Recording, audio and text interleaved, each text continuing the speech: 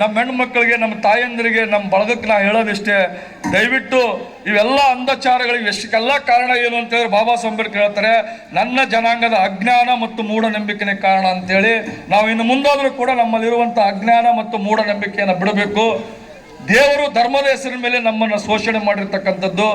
ಆ ಕಾರಣಕ್ಕಾಗಿ ಇವ್ಯಾವ ನಮ್ಮ ದೇವರುಗಳಿದ್ದಾವೆ ಅವೆಲ್ಲ ನಮ್ಮ ದೇವರುಗಳನ್ನು ಒಂದಿಷ್ಟು ಬಾಜಿಗಿಟ್ಟು ನಮ್ಮ ನಿಜವಾದಂಥ ದೇವರು ಯಾರಾದರೂ ಇದ್ದರೆ ಅದು ಡಾಕ್ಟರ್ BR ಅಂಬೇಡ್ಕರ್ ಅನ್ನೋದನ್ನು ನಾವೆಲ್ಲರೂ ಕೂಡ ಅರ್ಥ ಮಾಡ್ಕೊಳ್ಬೇಕಾಗಿರ್ತಕ್ಕಂಥದ್ದು. ಆ ನಿಟ್ಟಿನಲ್ಲಿ ನಾವು ಹೋಗ್ಬೇಕಾಗದ್ದು. ಇನ್ನೊಂದು ಮಾತು ಹೇಳಿ ಮುಗಿಸ್ಬಿಡ್ತೀನಿ, 5 ನಿಮಿಷದಲ್ಲಿ ನಿಮಗೆ ರಿಸರ್ವೇಷನ್ ಏನು ಅಂತೇಳಿ. ರಿಸರ್ವೇಷನ್ ಅಂದ್ರೆ ಏನು, ಪುನಃ ಫ್ಯಾಕ್ಟ್ ಅಂದ್ರೆ ಏನು ಅಂತೇಳಿ ಒಂದೆರಡು ಹುಡುಗರು ನನಗೆ ಹೇಳಿದ್ರು, ಅದನ್ನು ಹೇಳ್ಬೇಕ್ರಿ ಸರ್ ಅಂತೇಳಿ. ಸಮಯದ ಅವಕಾಶ ಕಡಿಮೆ ಇರುವುದರಿಂದ ಅದನ್ನು ಶಾರ್ಟ್ನಲ್ಲಿ ನಿಮ್ಮೆಲ್ಲರಿಗೂ ಹೇಳಿ ಮುಗಿಸ್ಬಿಡ್ತೀನಿ. ಯಾಕಂತೇಳಿದ್ರೆ ನೀವೆಲ್ಲರೂ ಕೂಡ ಮೆರವಣಿಗೆ ಮಾಡಿಕೊಂಡು ಇದನ್ನು ಮಾಡಿಕೊಂಡು ಒಂದು ಸ್ವಲ್ಪ ಎಲ್ಲ ಸುಸ್ತಾಗಿದ್ರಿ. ಇನ್ನೂ ಮಾತನಾಡ್ತಕ್ಕಂಥ ಅವಕಾಶ ಭಾಳ ಇರತಕ್ಕಂಥದ್ದು. ಕೊನೆಯದಾಗಿ ಒಂದು ಮಾತನ್ನು ನಾನು ನಿಮಗೆ ಹೇಳಿ ಮುಗಿಸ್ತಾ ಇದ್ದೀನಿ. ಭಾರತ ದೇಶದಲ್ಲಿ ರಿಸರ್ವೇಷನ್ ಅನ್ನುವ ಪದ್ಧತಿಯನ್ನು ಭಾಳಷ್ಟು ಜನ ತಪ್ಪಾಗಿ ತಿಳ್ಕೊಂಡಿದ್ದಾರೆ. ಅದು ಕೇವಲ SC ST ದವರಿಗೆ ಅಷ್ಟೇ ಅಂತೇಳಿ ತಿಳ್ಕೊಂಡಿದ್ದಾರೆ. ಹೇಗೆ ಬಾಬಾ ಸಾಹೇಬ್ ಅಂಬೇಡ್ಕರ್ ಈ ರಿಸರ್ವೇಷನ್ ಕಾನ್ಸೆಪ್ಟನ್ನು ಒಳಗೊಳ್ತಾರೆ ಹೇಳ್ತಾರೆ ಅಂತ ಹೇಳಿದ್ರೆ, ಭಾರತ ದೇಶದ ಚರಿತ್ರೆಯಲ್ಲಿ ಸ್ವಾತಂತ್ರ್ಯ ಚಳವಳಿಯನ್ನು ನಡೆದಾಗ ಈ ದೇಶದ ಇದರಲ್ಲಿ ಹಿಂದೂಗಳಿಗೆ, ಮುಸ್ಲಿಮರಿಗೆ, ಕ್ರೈಸ್ತರಿಗೆ, ಪಾರ್ಸಿಗಳಿಗೆ ಸಪ್ರೇಟ್ ಆದಂಥ ಎಲೆಕ್ಟ್ರೇಟ್ ಪದ್ಧತಿಯನ್ನು, ಸಪ್ರೇಟ್ ಆದಂಥ ಚುನಾಯಿಕ ಪದ್ಧತಿಗಳನ್ನು ನೀಡಿದರು. ಅವಾಗ ಬಾಬಾ ಸಾಹೇಬ್ ಅಂಬೇಡ್ಕರ್ ಅವರು ಕೂಡ ನನ್ನ ವರ್ಗಕ್ಕೂ ಕೂಡ ಸಪ್ರೇಟ್ ಆದಂಥ ಚುನಾಯಿತ ಕ್ಷೇತ್ರಗಳು ಮತ್ತು ಮೀಸಲಾತಿಯನ್ನು ಬೇಕಂತೇಳಿ ಬಾಬಾ ಸಾಹೇಬ್ ಅಂಬೇಡ್ಕರ್ ಅವರು ಅಹವಾಲುವನ್ನು ಸಲ್ಲಿಸ್ತಕ್ಕಂಥದ್ದು. ಆ ಅಹವಾಲಿನ ಆಧಾರದ ಮೇಲೆ ನಾವು ಯಾರೂ ಕೂಡ ಈ ದೇಶದಲ್ಲಿರುವಂಥ ದಲಿತರು ನಾವು ಯಾರೂ ಕೂಡ ಹಿಂದೂ ಧರ್ಮದೊಂದಿಗೆ ಹೊಂದಿಕೊಂಡು ಹೋಗುವಂಥವರಲ್ಲ. ಇದರಿಂದ ಕೂಡ ನಾವು ಪ್ರತ್ಯೇಕವಾಗಿರ್ತಕ್ಕಂಥವರು. ಆ ಕಾರಣಕ್ಕಾಗಿ ಸಪ್ರೇಟ್ ಆದಂಥ ಮೀಸಲಾತಿಯನ್ನು ಬೇಕು ಅಂತೇಳಿ ಬಾಬಾ ಸಾಹೇಬ್ ಅಂಬೇಡ್ಕರ್ ಅವರು ಕೇಳಿರ್ತಕ್ಕಂಥದ್ದು. ಆ ನಿಟ್ಟಿನಲ್ಲಿ ಇವತ್ತು ನಾವೇನಾದರೂ ಮಾತನಾಡ್ತಿದ್ದೇವೆ, ಕುಂತಿದ್ದೇವು, ನಿಂತಿದ್ದೇವು ಅಂತೇಳಿದ್ರೆ ಅದಕ್ಕೆ ಮೀಸಲಾತಿನೇ ಕಾರಣ ಅಂತಕ್ಕಂಥದ್ದು. ಈ ಮೀಸಲಾತಿ ಅನ್ನೋದು ಕೇವಲ SC ST ದವರಿಗೆ ಅಷ್ಟೇ ಕೊಟ್ಟಿಲ್ಲ. 3rd B ಇದೆ, 3rd A ಇದೆ, 2nd B ಇದೆ, 2nd A ಇದೆ.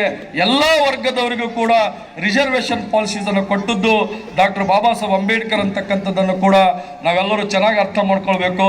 ಕೊನೆಯದಾಗಿ ಎಲ್ಲ ವರ್ಗದ ಜನರಿಗೆ ಕೊನೆಯದಾಗಿ ನಾನು ಹೇಳ್ತಕ್ಕಂಥ ಸಂದೇಶ ಒಂದೇನು ಅಂತ ಹೇಳಿದ್ರೆ, ಈ ದೇಶದ ಸಂವಿಧಾನ, ಈ ಸಂವಿಧಾನವನ್ನು ತೆಗಿಬೇಕು, ಸಂವಿಧಾನವನ್ನು ಕಿತ್ತಾಕ್ಬೇಕು, ಸಂವಿಧಾನವನ್ನು ಬದಲಾಯಿಸಬೇಕು ಅಂತೇಳಿ ಏನು ಈ ದೇಶದಲ್ಲಿ ಜನ ಮಾತನಾಡ್ತಾ ಇದ್ದಾರಲ್ಲ, ಅವರೆಲ್ಲರಿಗೂ ಕೂಡ ಇವತ್ತು ಎಲ್ಲ ಬಹುಸಂಖ್ಯಾತ ವರ್ಗ ನಾವೇನಾದರೂ ಅವರಿಗೆ ತಡೆವಾಡದೆ ಹೋದರೆ, ನಾವು ನಿಲ್ಲಿಸದೆ ಹೋದರೆ ಈ ಸಂವಿಧಾನ ಹೋಯ್ತು ಅಂತ ಹೇಳಿದ್ರೆ ಮುಂದೆ ಎಂಥದ್ದು ಬರುತ್ತೆ ಅನ್ನೋದನ್ನ ನಾವು ಅರ್ಥ ಮಾಡ್ಕೊಳ್ಬೇಕಾಗಿರ್ತಕ್ಕಂಥದ್ದು.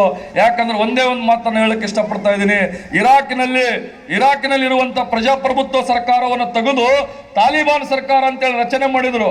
ತಾಲಿಬಾನ್ ಸರ್ಕಾರ ರಚನೆ ಆದ ಒಂದೇ ಒಂದು ದಿನದಲ್ಲಿ ಒಂದು ಆದೇಶವನ್ನು ಹೊರಡಿಸ್ತಾರೆ. ಏನು ಅಂತ ಹೇಳಿದ್ರೆ, ಇಡೀ ಇರಾಕಿನಲ್ಲಿ ಇರುವಂಥ ಎಲ್ಲ ಬ್ಯೂಟಿ ಪಾರ್ಲರ್ಗಳನ್ನ ಬಂದ್ ಮಾಡಬೇಕು ಅಂತೇಳಿ ಆದೇಶ ಮಾಡ್ತಾರೆ. ಯಾಕಂತ ಹೇಳಿದ್ರೆ ಹೆಣ್ಣು ಮಕ್ಕಳು ಇನ್ನು ಮುಂದೆ ಅಲ್ಲಿ ಸೌಂದರ್ಯವಾಗಿ ಕಾಣಬಾರ್ದು, ಹೆಣ್ಣು ಮಕ್ಕಳು ಬಯಲಿಗೆ ಬರಬಾರ್ದು, ಹೆಣ್ಣು ಮಕ್ಕಳು ಶಿಕ್ಷಣವನ್ನು ಕಲಿಬಾರ್ದು, ಹೆಣ್ಮಕ್ಳು ಪಾಠ ಕಲಿಸ್ಲಿಕ್ಕೆ ಹೋಗ್ಬಾರ್ದು ಅಂತೇಳಿ ಅಲ್ಲಿ ಆದೇಶವನ್ನು ಹೊರಡಿಸ್ತಾರೆ.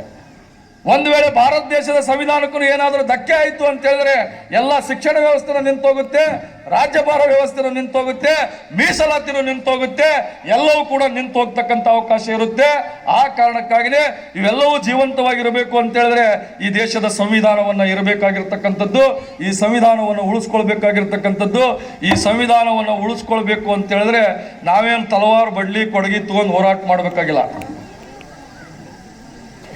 ಹಿಂದಕ್ಕೆ ರಾಜ ಮಹಾರಾಜರಿದ್ರು ಹೊಡಪಟ್ಟ ಆಡ್ಬೇಕಾದ್ರೆ ತಲವಾರು ಕೊಳ್ಳಿ ಬಡಗಿ ತಗೊಂಡು ಹೊಡೆದಾಡ್ತಾ ಇದ್ರು.